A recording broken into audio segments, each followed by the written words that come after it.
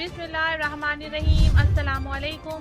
आपको इस वक्त सबसे बड़ी खबर से आगाह करते हैं कि हुकूमत ने पेट्रोल और डीजल की कीमत में बड़े इजाफे का ऐलान कर दिया, जिसका ऐलान आज रात तक मुतवक्का है।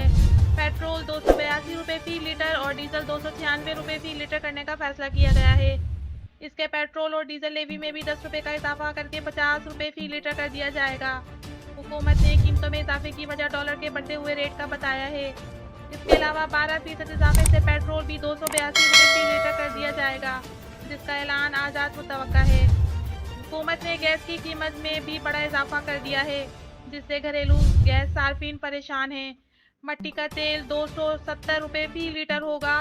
कीमतों में इजाफे से हुकूमत को 850 रुपये हासिल हो जाएंगे। दूसरी जानिब अफवाह ये भी है कि मुल्क में पेट्रोल और डीजल के ज़खायर सिर्फ 20 दिन के रह गए हैं।